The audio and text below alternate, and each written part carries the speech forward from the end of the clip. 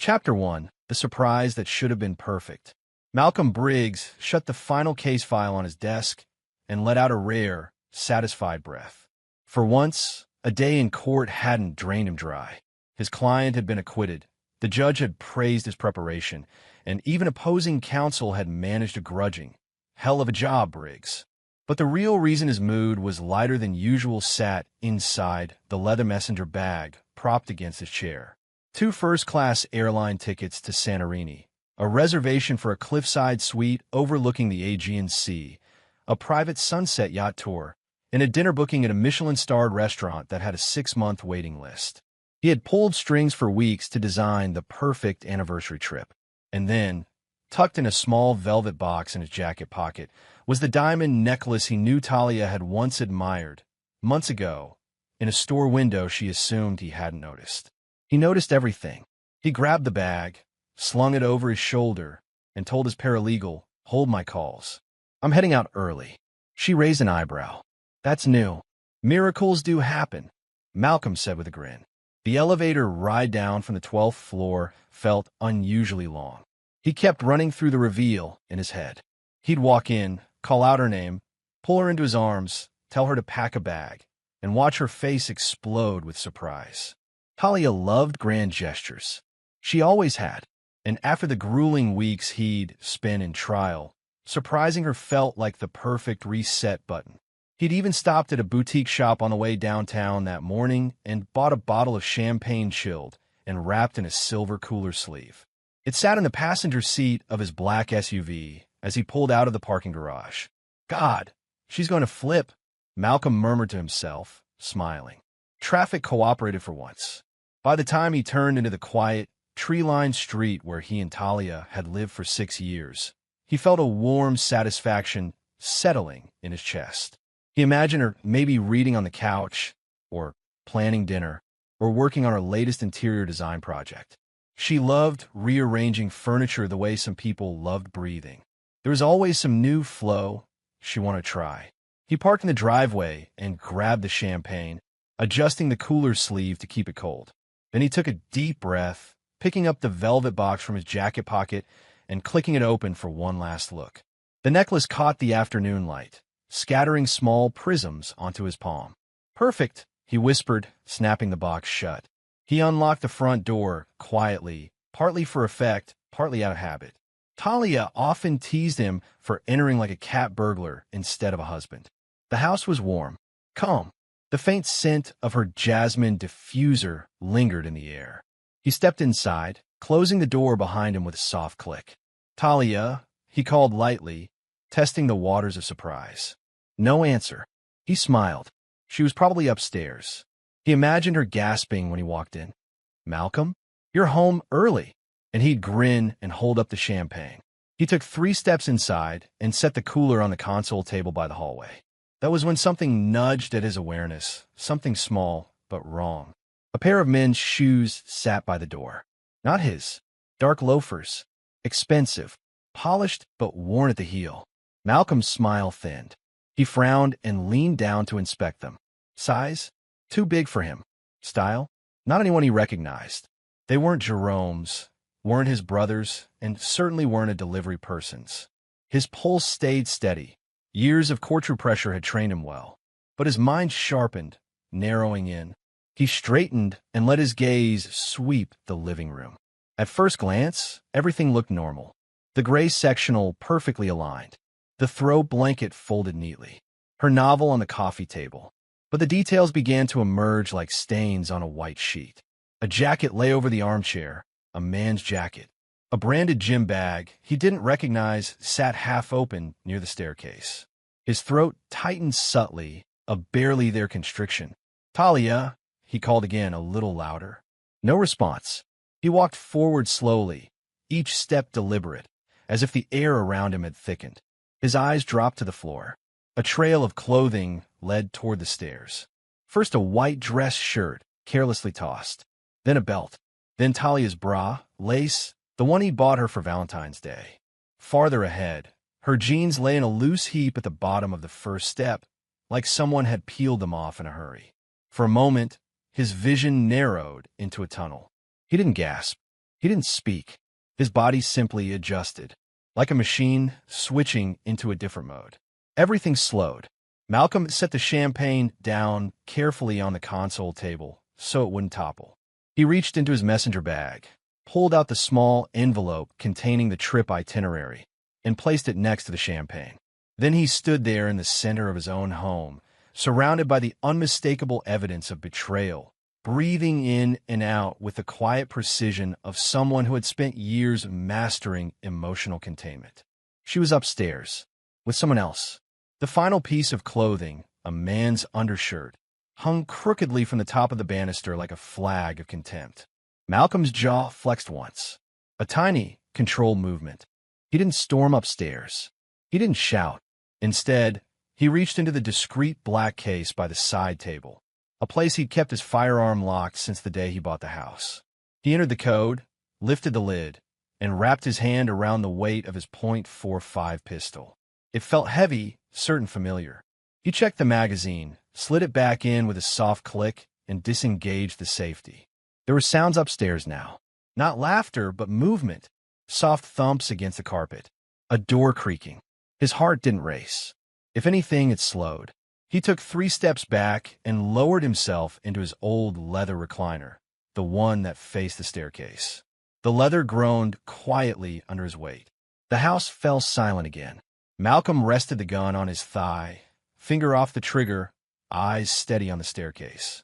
His breathing was calm, methodical, controlled. He waited, and waited, and waited, silent as stone, still as a verdict being written. The champagne on the console sat unopened. The necklace stayed in his pocket, cold and uncelebrated. The surprise that should have been perfect had become something else entirely. And Malcolm Briggs, husband, attorney, man betrayed, sat in his recliner with a loaded gun, staring up the stairs, waiting for them to finish. Chapter 2, Calm Before the Storm. The laughter floated down from upstairs like smoke, thin, breathless, intimate. The kind of laugh Malcolm hadn't heard from Talia in months, maybe years. He sat motionless in his recliner, the .45 resting on his thigh, his eyes fixed on the staircase. Every sound from above sharpened his senses. The thump of a mattress, the creak of floorboards, the unmistakable rhythm of 2 people moving in a way no spouse should ever hear. He could make out Talia's voice now, muffled but distinct. "Stop, Reed. Someone might hear." The man, Reed, answered with something low and playful, followed by another round of giggles. Malcolm inhaled slowly, the way he did right before cross-examining a hostile witness. Slow in, slow out. He counted each breath. He didn't trust his emotions, so he stayed with logic. Logic was safe. Logic didn't lie. His gaze shifted to the coffee table. A leather wallet lay half open, a few cards half exposed. Next to it, a phone lit up suddenly, buzzing against the wood. VRRT, VRRT, VRRT. The screen brightened, displaying a contact photo of a woman and 2 young kids. Underneath it, home. The buzzing continued. Persistent, urgent. Malcolm leaned forward and set the gun on the table beside him.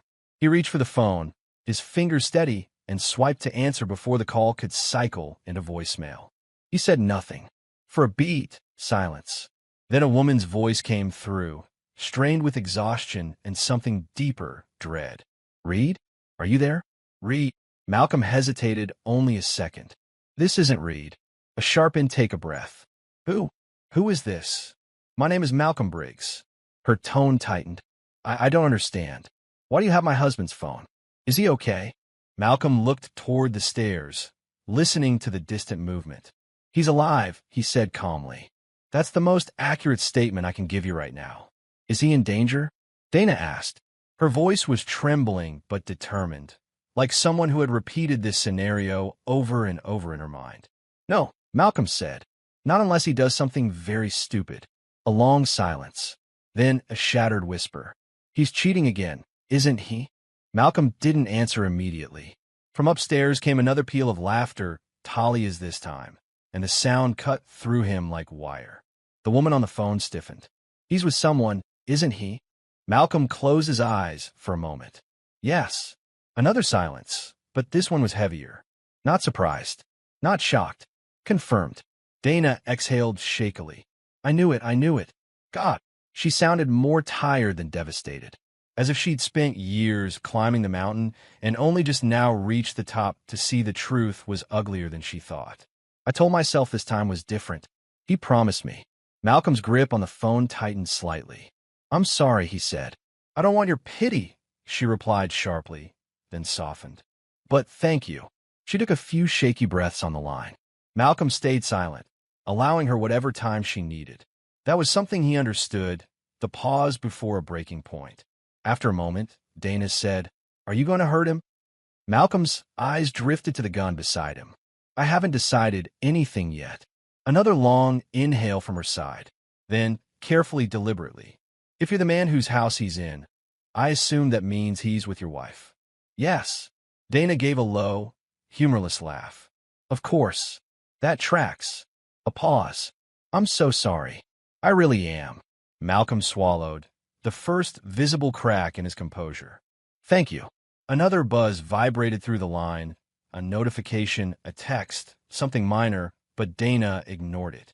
Her voice steadier now, she said, You don't sound angry. I'm not, Malcolm replied. Not anymore. Then what are you?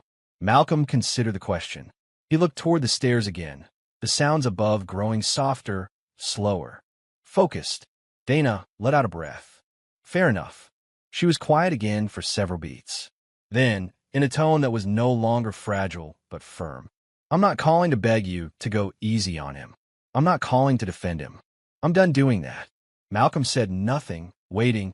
I only have one request, she said. Tell Reed not to come home tonight. Her voice cracked, then recovered. I won't be here when he tries to. Malcolm's jaw set slightly. Are you sure? I've spent years being sure in the wrong direction, she whispered. This is the first thing I've been sure of in a long time. He nodded, even though she couldn't see it. I'll deliver the message. Thank you, Mr. Briggs. A pause. Then, softer. For picking up. The call ended. Malcolm lowered the phone onto the table beside the gun. He stared at the screen for a long moment. The last missed call notification still glowed brightly. Home, 12 missed calls. He wondered how many times she'd tried before him. How many times she had hoped Reed would pick up and tell her a lie she could tolerate. The laughter upstairs had stopped. Now there were footsteps. 2 sets. Slow, uneven, like people recovering their breath, adjusting their clothes, unaware that the world downstairs had already shifted on its axis. Malcolm leaned back in a recliner. His posture straightened, shoulders rolling back into a perfectly controlled frame. The gun stayed on the table, but his hand rested near it. He heard Talia's voice again, this time clearer. Did you hear something? I thought I heard. Reed's voice followed, playful and out of breath. Relax. Maybe it was the cat. We don't have a cat, Talia said. Then the wind, a soft smack, a laugh, whispered words. Their shadows moved across the landing above. Malcolm's fingers brushed the grip of the gun. Not a fear, not even anger, just certainty, more shuffling. They were coming toward the stairs now. She said something he couldn't make out. Reed replied with something equally indistinct. A final creak of a floorboard. Then the first step. Malcolm's heart did not speed up. It hardened, and as the footsteps grew louder, descending toward the living room where he waited, the stillness inside him grew sharper and colder, settling into place like the final click of a lock. Chapter 3. The Confrontation at the Stairs. The hinges groaned faintly as the bedroom door above opened. Talia's voice drifted down first, light and carefree in a way that stabbed through Malcolm like a needle. I'm telling you, Reed, I swear I heard something downstairs. Reed chuckled. Then your house is haunted. Come here. His voice dropped suggestively. No, seriously, she whispered, though giggling. Just check. I'm not walking downstairs half naked because you're spooked. Another soft laugh. A kiss. Shuffling. The faint thud of someone grabbing shoes or a shirt. More footsteps. Malcolm didn't move. Didn't breathe loudly. Didn't blink. He simply waited. The shadows on the landing shifted. First, Talia appeared at the top of the stairs, her hair tousled, her face flushed, her blouse barely buttoned. She was leaning playfully into Reed, whispering something in his ear. Then she froze. It happened in slow motion. Her eyes widened. Her mouth parted slightly. Her breath caught on a silent inhale. Reed, still looking at her rather than the stairs, laughed. What? What is it now? He followed her gaze and saw Malcolm, sitting in his recliner, perfectly still, the .45 resting across his thigh, one hand on the armrest, eyes locked on them like a judge waiting for the guilty to plead. Reed's reaction was immediate and primal. He screamed, not loudly, but sharp and startled, and stumbled backward up a step. His bare feet slid on the carpet, and he flung his hands out to steady himself. Jesus Christ! Jesus, what the hell? He sputtered. Talia's hand flew to her chest. Malcolm, wait, please, just... Malcolm raised a single finger to his lips. It wasn't a shushing gesture. It was a command. Silence. Reed didn't obey. Like an idiot, panic took full control, and he spun on his heel, bolting back up the stairs. No, Talia gasped. Reed, don't. Malcolm didn't shout. He didn't warn. He simply lifted the gun, aimed one-handed with the calm of a man used to pressure, and pulled the trigger. Boom! The sound thundered through the house. The bullet slammed into the wall inches from Reed's head, exploding drywall in a burst of white dust. Reed fell backward onto the steps with a choked cry, flailing, his hands covering his head as he tumbled down 2 steps before catching himself on the railing. Oh my God, oh my God, oh my God! Talia screamed, stumbling down beside him. Reed shook violently. Don't shoot. Don't shoot. I didn't know. Jesus, please sit, Malcolm said. Just one word. But it held the weight of a verdict. They both sat, Reed on the 4th step, Talia on the 5th, her knees pressed together, blouse still undone, hair a mess of guilt and sweat. Talia raised trembling hands. Malcolm, listen to me. Please, it's not what it looks like. He tilted his head slightly. Is that the line you're going with? Her mouth snapped shut. Reed swallowed audibly, staring at Malcolm with the wide, terrified eyes of a cornered animal. Man, look, I don't want any trouble, okay? I swear to God, I didn't know. I thought you weren't home. Malcolm blinked once. Slowly, you didn't know I wasn't home. Reed stared, confused. WH what? Malcolm rested the gun casually against his leg again. That's your defense? That you didn't know if the husband was home, but you still came in and removed your clothing all over my foyer? Talia placed a hand on Reed's shoulder, as if to shield him. Malcolm, please, he didn't force me. It was me too. Just talk to me, please. Malcolm's eyes moved to her. Cold. Sharp. I'm already talking. She flinched. He leaned forward in his recliner, slightly, elbows on his knees. How long? Talia shook her head frantically. It wasn't Malcolm. You're making this into something worse. How long? He repeated. Reed squeezed his eyes shut. Oh, God. Talia pressed her hands to her mouth. Please. Malcolm raised the gun just an inch, not pointing at them, but reminding them. How long? Talia broke first.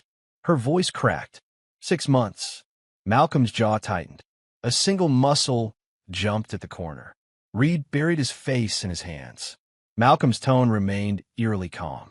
6 months. He repeated it as if confirming case evidence. Half a year. Talia wiped her tears with the back of her hand. Malcolm, I'm so sorry. I didn't want to hurt you. You never meant to get caught. Malcolm corrected. Reed looked up desperately. Look, man, listen. This wasn't supposed to. Malcolm cut him off without raising his voice. Shut your mouth. Reed shut it immediately. Malcolm leaned back again, his posture a chilling mix of control and contempt. The gun never wavered. His eyes never left them. Hotel rooms? He asked quietly. Talia nodded, sobbing. Sometimes. Which ones? The Marquette, she said between sobs. And in the Prescott downtown. Business dinners? Malcolm asked next. Talia cried harder. Yes. Reed raised both hands, shaking. Man, I swear. She said you were never home. She said you were always working late. You didn't mean to sleep with a married woman? Malcolm asked, voice clipped. Reed stopped talking. And you? Malcolm said, shifting his attention back to Talia. You also slept with him in his home? Reed's head jerked. No, damn it, Talia, seriously? Malcolm smiled, but there was nothing human in it. I suppose that answers my question. Talia covered her face. I'm sorry, she whispered. I'm so sorry.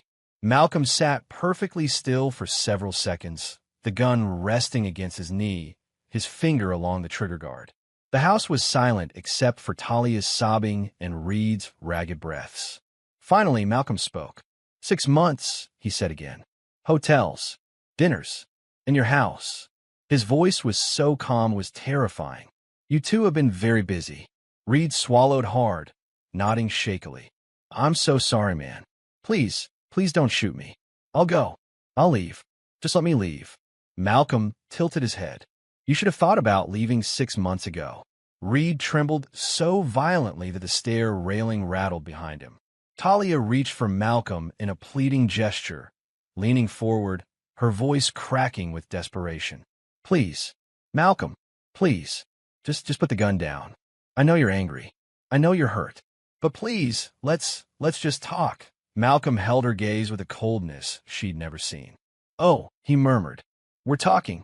He settled deeper into the recliner, the gun lying calmly across his leg as he watched them trapped on the stairs, half-dressed, terrified, and exposed in every sense. And as their trembling silence filled the space between them, Malcolm asked one final, icy question that made both of them flinch. What else haven't you told me? Chapter 4, a shot, a confession, a lie for protection. Reed's breathing had already turned shallow and panicked long before Malcolm raised the pistol again. Sweat rolled from the man's forehead in fast, trembling beads, collecting at the corners of his jaw like little glass drops of fear. Talia knelt beside him on the living room floor, one arm draped around his bare shoulders as if her touch could shield him from the reality she helped create. Malcolm stood over them, the .45 hanging loose in his hand, but aimed with deliberate intention. His voice was measured, steady, terrifyingly even. Pick up your phone, Reed. Reed shook his head violently. No, Malcolm. Please, man. Please, she doesn't need to know. Dana doesn't. She already knows, Malcolm replied. Now you're going to confirm it. Talia whispered. Malcolm, please don't do this, as if she still had a right to plead for anything. He ignored her entirely. Reed stared at the phone lying on the coffee table like it was a venomous snake waiting to strike. His hands trembled so fiercely he pressed them against his thighs to stop the shaking. I'm not calling her, he said at last, voice cracking. This has nothing to do with her. Malcolm studied him. This man standing in his living room, half-dressed, sweating, terrified, the same man who'd been laughing upstairs in his wife's arms less than 20 minutes ago. Malcolm felt nothing but a cold, methodical certainty. A prosecutor might call it premeditation. He called it clarity. Wrong answer, Malcolm said. The next second detonated. The gunshot exploded in the confined space of the living room, echoing through the walls in a metallic crack that seemed to split the air itself. Talia screamed, a raw, high-pitched sound of pure hysteria, and Reed collapsed sideways, clutching at his thigh as blood began to darken the fabric of his pants. He didn't fall gracefully. He dropped like his leg had simply vanished beneath him, sprawling against the floor, crying out in a strangled, guttural groan. Oh God! Oh God! Help! Help! Malcolm, please! Malcolm lowered the gun, but didn't holster it. He knelt beside Reed, examining the wound with a detached clinical calm. It's clean, he said. You'll live. Bullets through the thigh hurt more than you'd think. Reed whimpered, voice catching on every inhale as he rocked back and forth in agony. Talia crawled toward him. Reed, baby, I'm so sorry. Malcolm's eyes flicked to her. Baby, he repeated softly. Interesting choice of words. She froze. Reed sobbed louder. Now, Malcolm continued, you'll call Dana. Reed's answer was a wet, broken plea. I can't, Malcolm. I can't face her. Please, man. Please don't make me. Malcolm stood, picked up Reed's phone from where it had fallen earlier, and pressed it into Reed's trembling hands. You had no trouble sneaking around in hotels while she made dinner at home, he said. You had no trouble smiling in her face, pretending nothing was wrong. Don't grow a conscience now. Reed couldn't hold the phone steady. His hands trembled so violently it nearly slipped from his grasp. "Call her," Malcolm commanded. The authority in Malcolm's voice snapped something inside Reed. He sobbed harder, wiping snot and tears with one shaking hand, and began to dial with the other. But he didn't finish. 2 digits in, his hands went limp. He dropped the phone and curled into himself, crying incoherently. Malcolm looked down at him. He could see the exact instant when Reed's will dissolve entirely. Not courage, fear. Cowardice clung to Reed Marshall like a second skin. "Talia," Malcolm said without looking at her, "move." She backed away quickly, scrambling to put distance between them. Malcolm retrieved the phone from the floor, wiped the screen clean with the hem of his shirt, habit, not necessity, and dialed 3 numbers with slow, unhurried precision. 911. The line clicked. 911. "What's your emergency?" Malcolm's voice came out calm. Too calm. The tone of a man who decided his fate long before the call was made. "I need police and an ambulance," he said. "A man broke into my home. I fire my weapon. He's down. I feared for my life." Talia gasped. "Malcolm, what are you?" He shot her a look, a simple tilt of the head that shut her voice down instantly. The dispatcher continued. "Sir, is the intruder conscious?" "Yes. He's injured but stable." "Where are you right now?" "My living room." "Where's your firearm?" "In my hand." "I'm going to need you to set it down in a safe place before officers arrive." "Of course." Malcolm ended the call only when the dispatcher confirmed help was on the way. He placed the gun on the side table, stepped back, and raised his hands to show he held nothing. Talia watched him in stunned disbelief. "Malcolm, why would you lie like that? Why didn't you just—" "Because," he said, "I know how these situations go. I know what self-defense looks like on paper." The sirens arrived quickly, loud, urgent, growing nearer by the second. The rising wail echoed through the windows and glass, vibrating through the floorboards beneath them. Reed groaned again, clutching his leg in a puddle of sweat and tears. Talia kept looking between the wounded man and her husband, her eyes wild with shock, dread, confusion. "Malcolm, please, when they get here, can we talk? Without all of this? Without the gun? I never wanted—" He didn't answer. He just looked at her, as if examining a stranger. The front door burst open. "Chicago PD. Hands where we can see them." Malcolm lifted his hands immediately. He didn't flinch when several officers rushed in with weapons drawn, nor when 2 of them roughly cuffed his wrist behind his back and pulled him toward the entryway. Talia screamed. No, he didn't do anything, but the officers ignored her. Reed, meanwhile, kept trying to speak between sobs. I didn't break in, it's not—" "Yes, you did," one officer snapped. "Sir, save your statement for the ER." They separated everyone just as protocol demanded. A paramedic knelt beside Reed, beginning to apply pressure and bandage his leg. Another officer guided Talia into the kitchen. A different officer tugged Malcolm toward the patrol car. "Sir," he said, "you discharged a firearm. We're going to need a full statement downtown."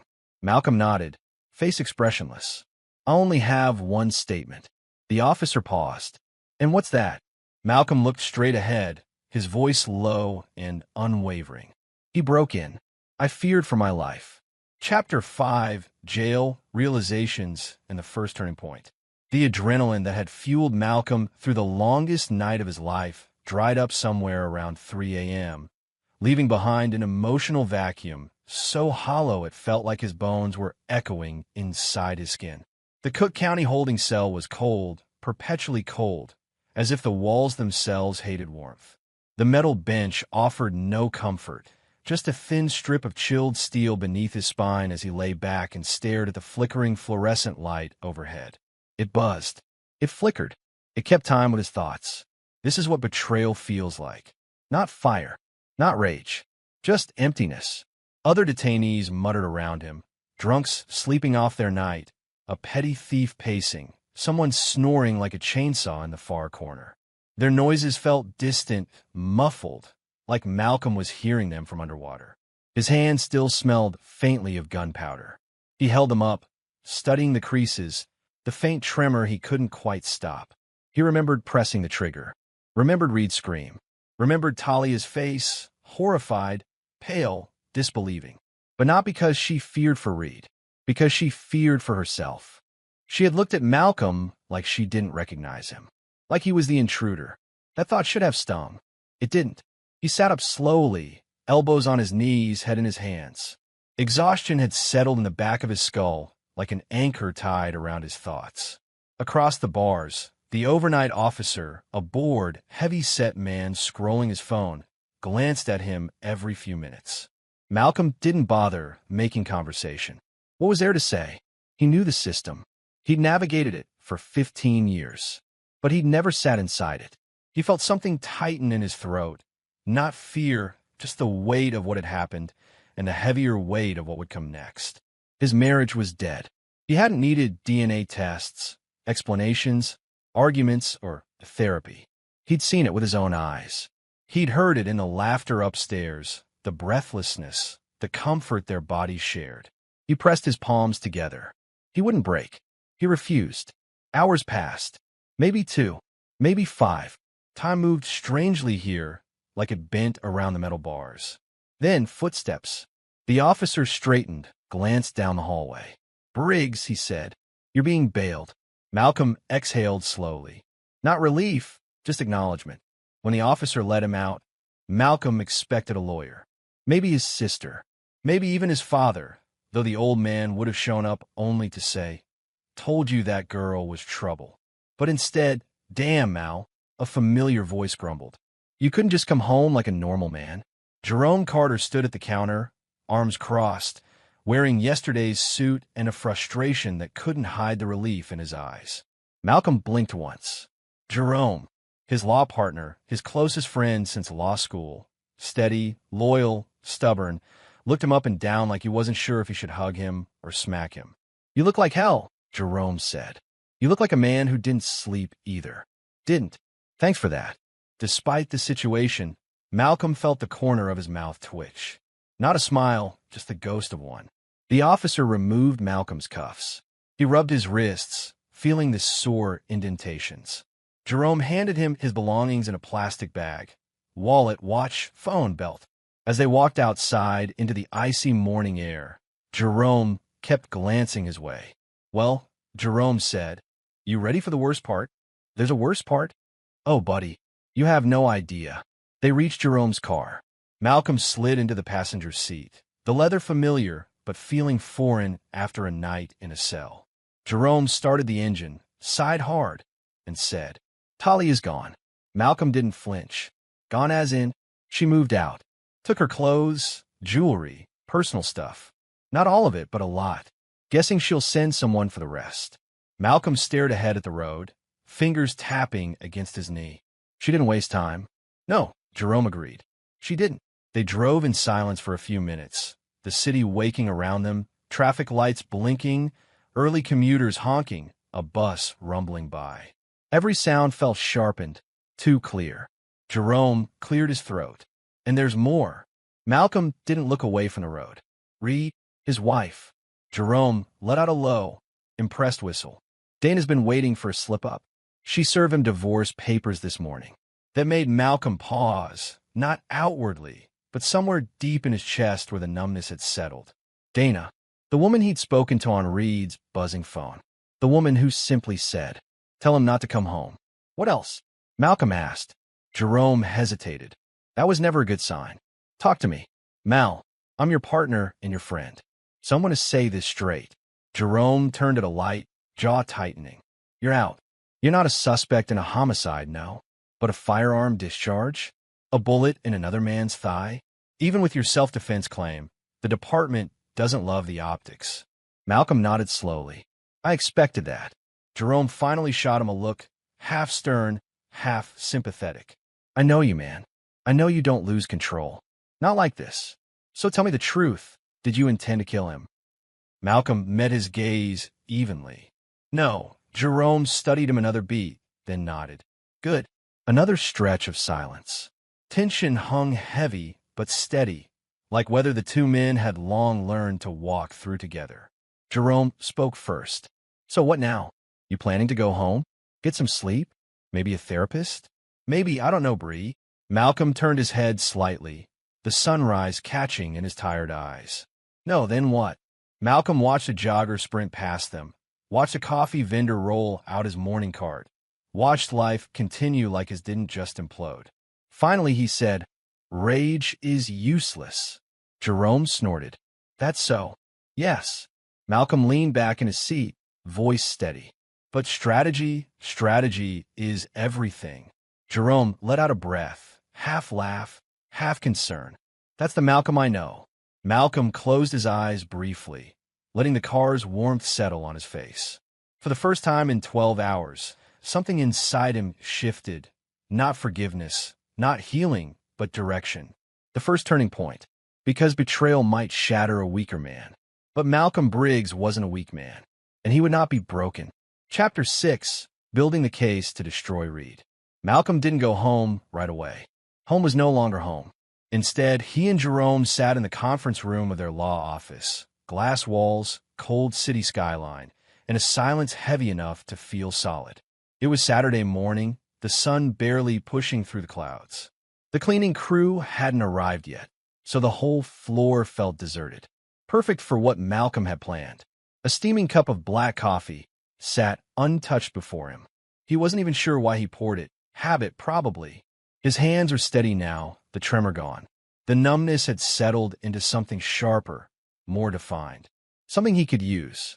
Jerome dropped a thick manila folder onto the table. "You sure you don't want to talk to Talia first?" he asked carefully. Malcolm didn't look up. "There's nothing to talk about." Jerome pulled out a chair and sank into it. "At least closure. Malcolm interrupted, finally raising his eyes. "She made her choice before I even walked in the door yesterday. 6 months of choices." Jerome lifted his hands in surrender. "All right, so we focus on Reed."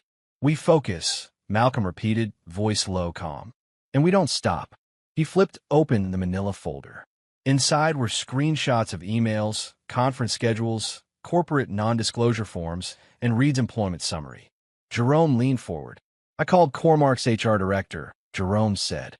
"Pretended I needed a verification for a civil case. He didn't suspect a thing." Malcolm's eyes swept the paperwork. "This only confirms he works there. I need more." A knock on the glass door made both men lift their heads. Dana stood there. She looked tired, but not fragile, more like a storm that had finally decided to break open. Her brown hair was pulled into a messy bun, her eyes red from lack of sleep, and her coat was still dusted with melting snow. Malcolm gestured for her to enter. "Thank you for coming," he said. Dana stepped inside, clutching a thick accordion-file folder to her chest like it was armor. "I didn't sleep," she said bluntly. "I've been waiting years for this. Years. You think I'm going to sit at home and miss this opportunity?" She dropped the folder on the table beside Jerome's. It hit with a weight that spoke louder than words. Jerome blinked. "Please tell me that's what it looks like." "Oh, it's exactly what it looks like," Dana said, pulling out a chair. "Reed thinks he's clever. He thinks I'm stupid. He thinks he's untouchable." She leaned forward. "He isn't." Malcolm opened the folder. Inside were printed text messages, screenshots of dating app profiles, hotel receipts, credit card bills, emails between Reed and multiple women, and a small notebook with dates, times, and short summaries handwritten in neat cursive. Malcolm lifted the notebook. "You've documented everything." "Everything I couldn't prove yet," Dana said. "Just in case. Women always need more evidence than men to be believed. I learned that early." Jerome let out a low whistle. "Jesus, Dana." She shrugged. "He underestimated me. That was his first mistake." "What was his second?" Malcolm asked. "Falling in love with the sound of his own lies," Dana replied. "Reed can't help himself. Every affair he's had, every woman he manipulated, every coworker he harassed, he leaves breadcrumbs everywhere. He thinks he's smarter than everyone else. He's not." Malcolm set the notebook down and nodded once. "Thank you. This will help us build a timeline. But we still need more." Dana smiled, a cold, chilling smile that reminded Malcolm of someone walking away from a burning building without looking back. "Oh, don't worry. There's more." She reached into her purse and pulled out an envelope. These are the names of 3 women who filed harassment complaints against him, all silenced by the company. Jerome straightened. Hold on, harassment complaints? Actual formal filings. Dana nodded. Cormark buried them. Pay them off. All through quiet settlements. Malcolm flipped through the documents, scanning quickly. The names were redacted on the official forms, but Dana had written them on sticky notes. 3 complaints, all within the last 4 years, Malcolm murmured, and all mysteriously resolved with non-disclosure agreements. Jerome whistled again. Cormark's going to have a bad week. Malcolm's eyes hardened. Good. Dana exhaled shakily, sitting back. I kept telling myself I'd confront him, that I'd leave. But I was scared. Not of Reed, never of him. I was scared of starting over. Her voice wavered. But when you answered that phone call last night, that was the moment I realized I wasn't scared anymore. Malcolm met her eyes. We're going to end this. Cleanly. Legally. Permanently. She nodded. Tell me what you need. Malcolm pulled a legal pad toward him, clicked a pen, and began writing. First, he said, we need Reed's employment contract. Jerome can get the template from corporate filings, but we need the signed version. Dana opened her purse again. Already ahead of you. She handed over a binder clip of scanned PDFs. Malcolm flipped through page after page, salary tables, performance metrics, bonus structure, then he found it. Paragraph 14. Professional conduct and morality clause. Any behavior deemed unethical, immoral, or damaging to the company's reputation constitutes grounds for immediate termination without severance. Malcolm felt a slow, controlled satisfaction settle into his bones. This, he said, tapping the page, is how we end him. Jerome leaned over his shoulder and let out a low laugh. Oh, they're done. Cormark won't protect a liability. Not with this clause. Dana's voice sharpened. They protected him before. Not this time, Malcolm said. Not when the evidence is this extensive. Not when public exposure would cripple them. Jerome nodded. Companies don't care about morality. They care about PR. Malcolm gathered the piles of evidence, organizing them into categories. Harassment complaints, affairs, financial misconduct, contract violations, timeline of behavior. He created a second stack. Supporting exhibits, witness names, potential leverage points, cross-references to corporate policies. Dana watched silently. But Malcolm saw the tremble in her hands as she clutched her coffee cup. You okay? He asked. She paused. I'm angry, and relieved, and terrified. Mostly angry, though. Malcolm nodded. Good. Anger keeps you alert. Controlled anger wins cases. Jerome cracked his knuckles. So what's the plan? Malcolm finished arranging the documents, then sat back in his chair. Cormark Industries has spent years burying Reed's behavior, he said. They won't want this going public. They'll choose to sacrifice him to save their own skins. Jerome nodded slowly. And Talia? Malcolm's expression didn't change. She'll face the prenup, and she'll walk away with nothing. Dana exhaled. And Reed? Malcolm folded his hands. Now we build the case that destroys him. Chapter 7. The Corporate Reckoning. Cormark Industries' headquarters loomed over the Chicago skyline like a monolith of glass and ambition. On Monday morning, its lobby buzzed with the usual corporate efficiency. Sleek suits sweeping past security stations, heels clacking across polished floors, the smell of expensive coffee drifting through the air. None of them knew a quiet war was about to begin upstairs. Malcolm, Jerome, and Dana walked through the revolving doors like a 3-person strike team. Malcolm wore a charcoal suit, crisp enough to cut glass. Jerome adjusted his tie, eyes sharp and scanning. Dana walked between them, her posture stiff at first, but iron solid beneath the surface. Last chance to back out, Malcolm said quietly. Dana shook her head. No, I've backed out of too much already.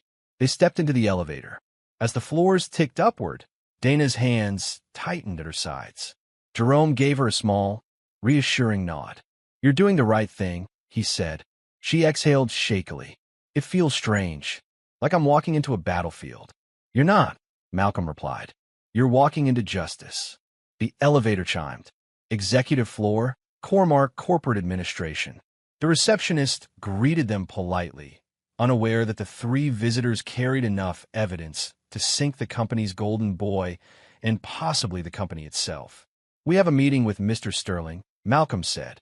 The receptionist, a young woman with polished nails and forced warmth, scanned her calendar. "Of course.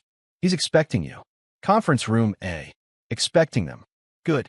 That meant the CEO had already sensed this wasn't a courtesy visit. They walked down a long hallway lined with framed photos, product launches, charity events, smiling executives shaking hands with city leaders. A timeline of a company desperate to look clean. Conference room A was large, cold, and sterile. Floor-to-ceiling windows faced the skyline, but the blinds were half closed as though someone didn't want too much light revealing the truth. At the far end sat Robert Sterling, CEO of Cormark Industries, a man in his late 50s with a tidy salt and pepper beard and the kind of posture that belonged to a man used to commanding rooms. He didn't stand. He didn't greet them. He simply folded his hands and watched them enter. "Mr. Briggs," Sterling said, "to what do I owe this unexpected meeting?" Malcolm set a heavy black binder and two thick manila folders on the table. When they hit the surface, Sterling finally blinked. Jerome spoke first. "Thank you for making time. We won't be long." Sterling's eyes narrowed slightly. "I assume this is about Reed Marshall. I heard there was an incident." Dana nearly scoffed, but Malcolm gently placed a hand on the table, grounding the moment. This meeting had to be controlled. "It's about far more than an incident," Malcolm said. "We're here to discuss Cormark's history of concealing Reed's misconduct." Sterling's jaw tightened. "I'm not sure what you mean."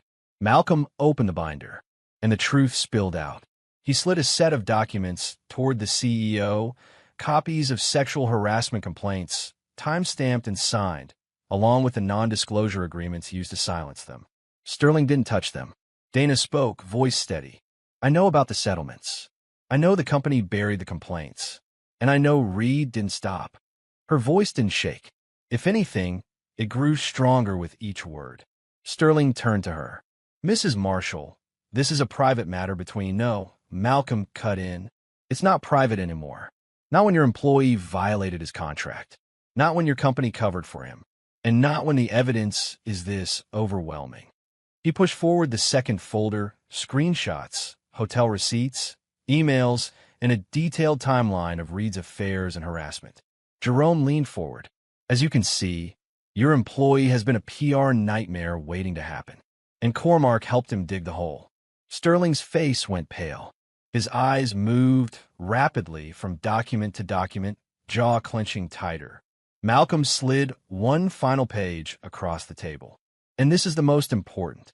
Reed signed employment contract. Specifically, the morality clause highlighted in yellow. Clause 14. Grounds for immediate termination without severance if the employee engages in behavior that damages the company's reputation." Sterling finally touched a page, lifting it slowly as if it might burn him. "This could ruin us," he whispered. "No," Malcolm corrected, leaning forward with calm precision. "Covering it up could ruin you. Doing the right thing now will save you." Jerome nodded.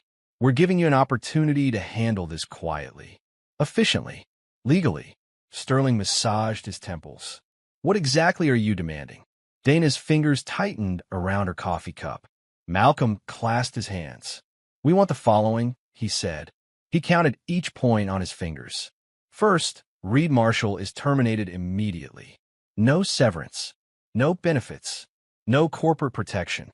Sterling swallowed. "That's non-negotiable, I assume." "Correct." "Second, Cormark issues formal apologies to the women Reed harassed.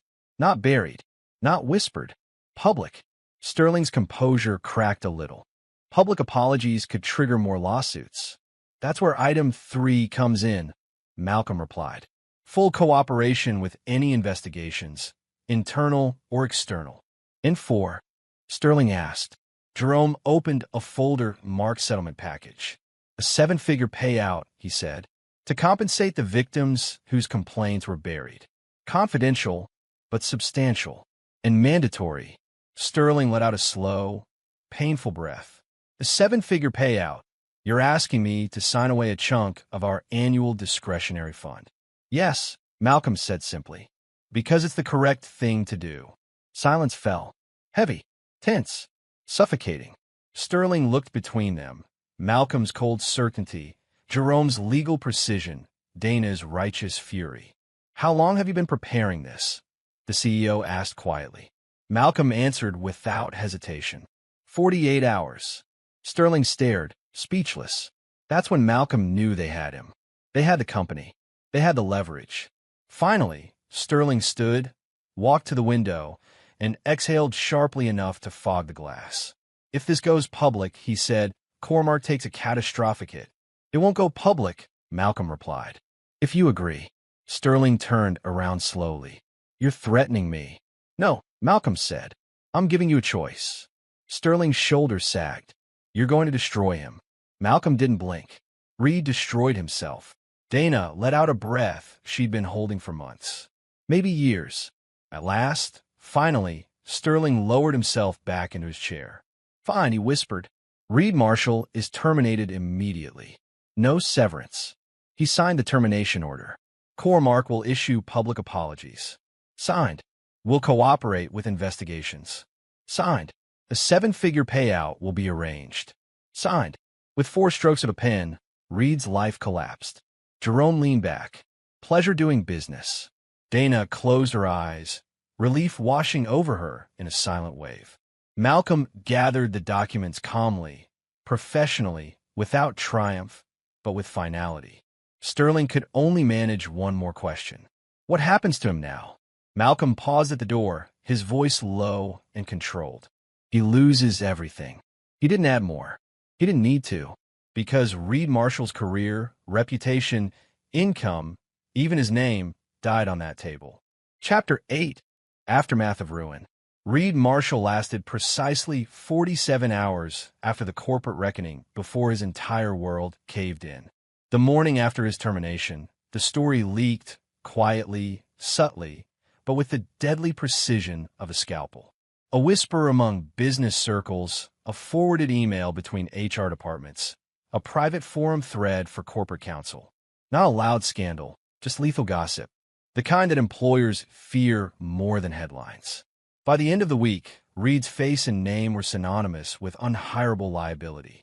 And that was before the victims stepped forward at Cormark's urging. Dana stood in her kitchen, shaking slightly as she held the custody papers. Her lawyer, one recommended by Malcolm, sat across from her, flipping pages with clinical calm. You have everything you need, the lawyer said. Full custody is very likely, especially with this new public documentation. This actually protects my kids. Dana asked. It protects them from him. No judge will overlook this pattern. Dana didn't smile, but something in her shoulders eased, just barely. A woman who had lived in fear for years now felt a doorway open. She signed. Across Chicago, Malcolm Briggs was sorting through new client files in his pristine office. He was leaner now, sharper. His desk was organized, the windows glowed with the sunrise, and the phone kept buzzing with people asking to schedule consultations. Not because he was free, because his name had become synonymous with justice. Real justice. Jerome entered without knocking, holding 2 coffees. I figured you'd be here before sunrise. Couldn't sleep, Malcolm said. Jerome smirked. You slept before all this? Less than I pretended. They clinked coffee cups. Jerome dropped a thick file on the desk. Update on Reed. Malcolm opened it without hesitation. Inside, a report from a private investigator, notes from Dana's lawyer, a few screenshots of job rejections, and finally, a grainy photo of Reed wearing a cheap polo, standing under a peeling PRE-owned auto special sign at a dealership in rural Missouri. Used cars, Jerome said. He's got commission-based pay only. No base salary. Malcolm stared at the photo for a long moment. He'll hate it, he said quietly. That was the idea, wasn't it? No, Malcolm corrected, his voice calm but edged in steel. The idea was accountability. Whatever he hates about his new life, that's on him. Jerome nodded. Fair enough. Dana's custody hearing went exactly as predicted. Reed didn't fight. He didn't even show up. His lawyer, some small-town attorney who looked exhausted by the case, simply said, My client withdraws all objection. and walked out. Dana walked out with custody papers and full control of her children's future. For the first time in years, she allowed herself to truly breathe. Later that same month, she sat across from Malcolm at a quiet downtown cafe. "You didn't have to help me this much," she said. "No," Malcolm replied, "but I wanted to." "Then let me say this properly." Her voice steadied. "You saved me. You saved my kids. I was drowning, and you reached in and pulled us out." Malcolm didn't flinch from her gratitude. He simply nodded. "Then don't waste the freedom." "I'm going to law school," Dana blurted out before she lost her nerve. Malcolm's eyebrows lifted, the first sign of surprise he'd shown in weeks. "Law school? I've thought about it for years.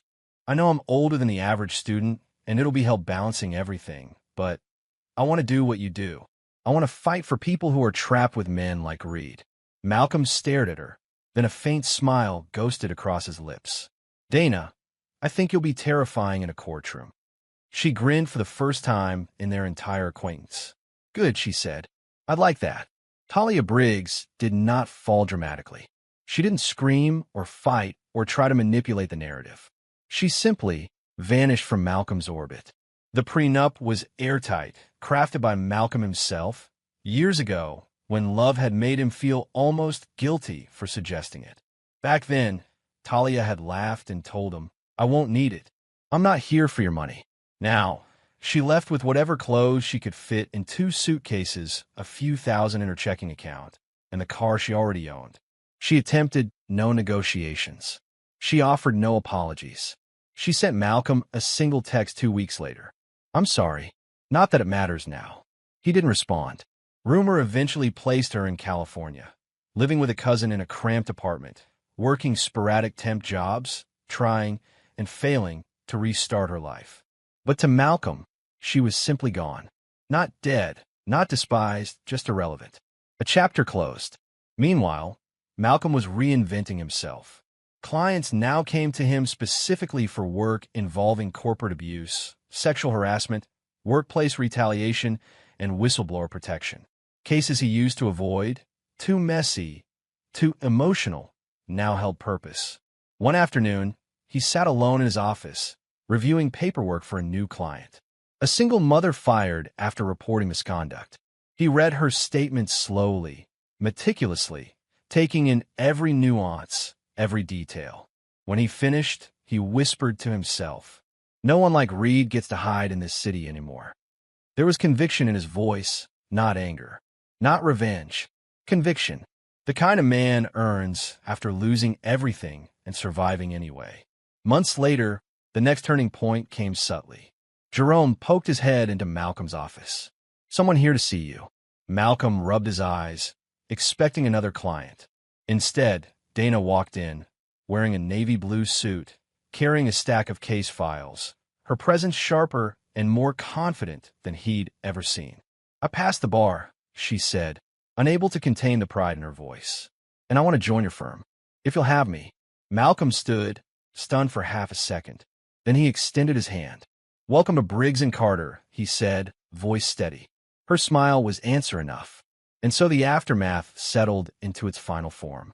Reed Marshall, once a rising corporate star, now spent his days negotiating interest rates on decade-old sedans while dodging angry customers. Dana rose, rebuilt, learned, fought, and stepped into a new career where she could wield justice instead of begging for it. Talia slipped into obscurity, her life drained of glamour, stripped of privilege, no longer tethered to the luxury Malcolm once provided. And Malcolm? He rebuilt himself from the ground up. He sharpened his practice, honed his mission, and transformed his rage into purpose. Every case he took, every victim he defended, every abusive system he dismantled, it all chiseled him into a man with clarity instead of pain. His life had become sharper, cleaner, more meaningful. Chapter 9, 3 years later. Peace found in Santorini. The ferry sliced through the Aegean Sea with a soft, rhythmic roar. The morning sun reflected off the water, scattering 1,000 tiny diamonds across the waves. Malcolm Briggs leaned against the railing, arms crossed, eyes on the horizon. The wind tugged at his hair and jacket, but he welcomed it. He had come far, both in miles and in life. Santorini, the same island he had once planned to reveal to Talia. The same whitewashed cliffs and blue-domed churches he had imagined sharing with her under a sky streaked with pink and gold. Now he had it all to himself. And strangely, that made the moment better, not lonelier. No betrayal. No betrayal's echo. Just clarity. The villa they had booked for the anniversary, then only a symbol of his love for her, was now his personal retreat. Marble floors gleamed beneath his polished shoes. The air smelled faintly of the sea, mingling with citrus trees in the courtyard. Malcolm poured himself a glass of wine from the bottle waiting on the kitchen counter. The corks popped, sounding far less ceremonial than it would have been 3 years ago. He settled into a chair, overlooking the cliffs, letting the sun warm his shoulders. Finally, he whispered to himself, a proper moment. He thought of Jerome back home, still running the firm in Chicago. Jerome had insisted Malcolm take this trip, partly as a reward, partly as a way to cleanse himself. Malcolm had resisted at first, thinking he didn't deserve anything peaceful. But over the past months, he had learned that peace wasn't something to earn, it was something to choose. He took a slow sip, savoring the dry, crisp taste. His gaze drifted over the horizon, white buildings clinging to cliffs like confident birds, the wind carrying faint church bells and laughter from nearby cafes. Everything felt stable, predictable, comfortable in a way that he hadn't known for years. His phone buzzed, vibrating against the stone table. Malcolm had deliberately left in the sun so he could see the number and decide whether to answer. The screen displayed Jerome's name. He answered. Briggs. Mal, Jerome said, voice unusually hesitant, almost strained. I need to tell you something about Talia. Malcolm sat up straighter, but said nothing, waiting. She's terminal. Stage 4 pancreatic cancer. She wants to see you. She says she wants to apologize, maybe reconcile. Jerome's words fell into the warm, salty air, but Malcolm felt no tremor, no pull in his chest. Only distance. Why are you telling me this? Malcolm asked, his tone neutral, almost clinical. Because I didn't know if you'd want to know. I thought you might need a choice. Malcolm closed his eyes briefly, letting the sun warm his face as he exhaled. He remembered the past 3 years. The divorce finalized, Talia gone, Reed destroyed, his firm rebuilt, Dana thriving. He remembered the nights spent arguing with himself over rage, justice, and closure. He remembered feeling the absence of love, of hatred, of longing. He remembered learning to care only for what could be changed, and Talia, now, could not be changed. I have made my choice, he said finally, voice steady, without heat or remorse. Decline. Tell her I cannot see her. Jerome hesitated. Mal, are you sure? She's dying. This is I'm sure. Malcolm interrupted. There's nothing left between us that matters. I am not her judge, nor her savior, nor her audience. She doesn't own a place in my life anymore. All right, Jerome said, though his voice betrayed a tinge of disappointment, maybe even surprise. I'll handle it. Malcolm ended the call and placed the phone down on the table. He stared at the horizon again, the water glittering, the cliffs gleaming under the sun. He didn't feel anger. He didn't feel grief. He didn't feel relief. He felt clarity. He thought about Talia, not the woman he had loved, not the woman who had betrayed him, not the woman now dying across the country, but as a chapter in a book he had long since finished reading. He had closed the cover, marked the page, and carried the story in his mind without it weighing on him anymore. A seagull swooped past, its shadow skimming the water, and Malcolm smiled faintly. Even the smallest, fleeting things in life seemed sharper now, more vivid, more meaningful. The villa was quiet, save for the distant chatter of tourists and the gentle lapping of waves below.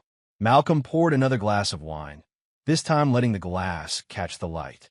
He swirled it slowly, observing the deep, rich red. He was aware of every detail. The way the wind lifted a loose strand of hair, the sound of the waves breaking against the cliffs, the smell of the sea mixed with blooming jasmine. Every sensation was sharp and deliberate. This was what peace felt like. 3 years ago, he had been a man suspended between fury and heartbreak, trapped by betrayal, his life tethered to chaos he could not control. Now he was free. Free not because Talia was gone. Free not because Reed had fallen, but because he had allowed himself to let go. Malcolm leaned back in his chair, letting the sunlight warm his shoulders. He thought briefly of Dana, now his colleague, thriving and relentless in her pursuit of justice.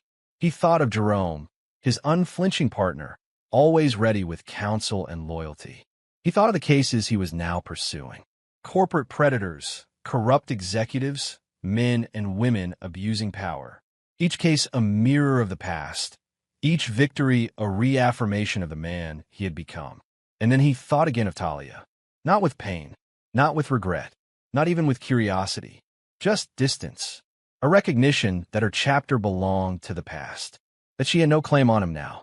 Malcolm took another sip of wine, letting it roll over his tongue, bitter and precise. He set the glass down and looked at the horizon one last time. The wind tugged at his jacket. The sun warmed his skin. The water glimmered like scattered jewels. Everything was in its place. Every consequence had been met. Every choice weighed and accounted for. He felt nothing for Talia, no love, no anger, no longing, no resentment. Only the quiet understanding that life was still moving, and he was moving with it. And that was enough. Malcolm picked up the wine glass again, raised it in a small, private toast to the horizon, and whispered to no one but himself. To the life I've built, to the man I've become.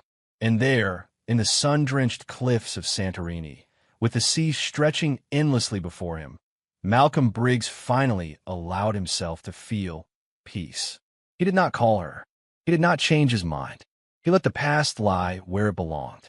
Chapter 10, True Closure. The sun was beginning its slow descent, casting molten gold across the Aegean Sea. The wind carried the faint scent of salt, the tang of citrus groves from below, and the distant chatter of tourists winding down their days. Malcolm Briggs stood on the balcony of the Santorini villa, hands resting lightly on the railing, eyes tracing the endless horizon. He had come a long way, not just in miles, but in life. 3 years of measured planning, careful patience, and relentless pursuit of justice had led him here.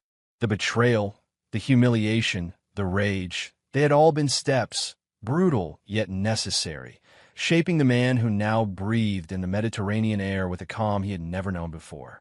Malcolm's gaze drifted downward to the whitewashed streets below, the narrow alleys and stairways winding like veins through the cliffside villages.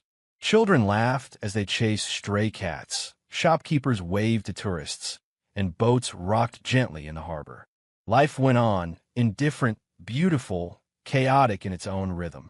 He thought of Talia, not with longing, not with anger, not with regret, merely recognition. A name, a memory, a chapter that had closed. She had tried to claim a piece of him with her lies, her infidelity, her manipulations, but she had failed. And Malcolm didn't care anymore. That realization was the moment true closure began. Not the confrontation, not the destruction of Reed, not even the satisfaction of watching justice take its course.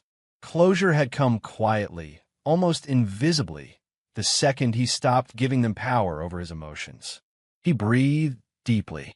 The air was warm against his skin, carrying hints of rosemary and lavender from the gardens below. The wind tugged at his jacket, lifting a loose strand of hair across his forehead. He brushed it aside and smiled faintly. Dana's face flickered in his mind. He smiled a little wider, not for nostalgia, not for pity, but for admiration. She had reclaimed her life with sharpness and courage. She had been brave when Reed had tried to manipulate, when the system had tried to bury him. And she had chosen to keep moving forward like he had. Malcolm's phone buzzed on the small table beside him. He glanced at it. Jerome, probably checking in. He didn't answer. Not yet. Today was not about strategy or clients or legal battles. Today was about stillness. He poured a glass of the local wine, deep ruby red, and held it up to the sunlight. The liquid caught the light and scattered it like sparks. He thought about the toast he had imagined so many years ago, the one that would have been shared with Talia in naive bliss. Now, he raised the glass alone. To the life I've rebuilt, he whispered softly. To the peace I've earned. To the man I've become. The clink of glass against railing, or perhaps just the sound of his own resolve, echoed faintly. He tilted his head back, letting the sunlight warm his face, letting the wind brush across his skin. It felt different now. Not empty, not hollow, complete. Malcolm allowed himself to remember the darkest nights. The cellar-like jail cell where adrenaline had been replaced by clarity. The moments he had held a gun with steady hands, knowing he could strike yet choosing restraint. The legal battles, the evidence, the confrontations, the strategic dismantling of Reed Marshall's carefully constructed life. He remembered the months of reconstruction, rebuilding his firm, finding meaning in purpose, watching Dana rise, watching Talia vanish into irrelevance. And yet, none of those memories carried power anymore. They were lessons, milestones, markers on the path, but they did not define him. Not anymore. He closed his eyes and thought of Reed one last time. The man who had once flaunted deceit as if it were a crown, now reduced to selling used cars in some obscure Midwestern town. Malcolm felt nothing. Not satisfaction, not cruelty, not glee. Only understanding. Consequences had arrived naturally, and the world had corrected itself. He did not need to gloat. He did not need revenge. He only needed to continue forward. Opening his eyes, he watched the horizon blur as the sun sank further, painting the sky with bruised purples and deep oranges. He let the colors settle over him, soaking in the vastness of the sea, the permanence of the cliffs, the eternal rhythm of waves hitting rock. It reminded him that life was cyclical, that endings were necessary for beginnings. And he was ready to begin again. He took another slow sip of wine, savoring the dry bitterness, letting it ground him in the moment. The sound of the sea below merged with the faint laughter of locals in the streets, the soft calls of vendors, and the fluttering of laundry hanging in the wind. Every sound felt vivid, present, alive. Malcolm remembered a phrase he had once read in a book. Closure is not found in what happens to others. It is found in how you no longer allow them to control your heart. He smiled, almost imperceptibly. He had understood this fully now. Talia, Reed, betrayal, humiliation, rage, they had all been powerless the moment he stopped letting them matter. And that freedom, the pure, unshakable freedom, was the greatest gift he had ever received. He looked down at the villa's courtyard, where a small table held fresh flowers and a plate of fruit. The island was alive with ordinary, everyday beauty. And for the first time in years, Malcolm felt fully present in a world that had once felt treacherous and uncertain. He imagined walking forward from this moment, not back, not sideways, but straight ahead. No lingering shadows, no unfinished business, no ghosts in his mind. Just the next step, and the step after that, and the next.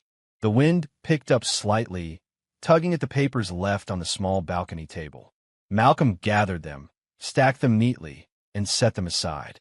His mind wandered briefly to Dana and Jerome, to clients who now relied on him for guidance, to the cases he had yet to take on. Life, in all its complexity and unpredictability, awaited.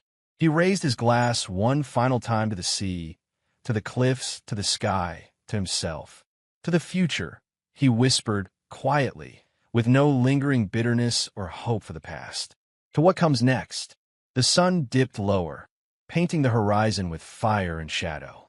Malcolm Briggs exhaled, a deep, steady breath, letting the warmth of the day and the vastness of the ocean fill him completely. No anger, no longing, no regret, only peace, only clarity, only freedom. He set the glass down on the railing, straightened, and stepped back, feeling the cool stone under his feet, the wind brushing his face. The world stretched before him, vast, uncharted, and full of possibility. He had survived betrayal. He had rebuilt his life. He had enacted justice. And now he was finally free. Malcolm took one last look at the horizon, then turned slowly, letting the balcony doors close softly behind him. The past no longer had a claim on him. The future awaited.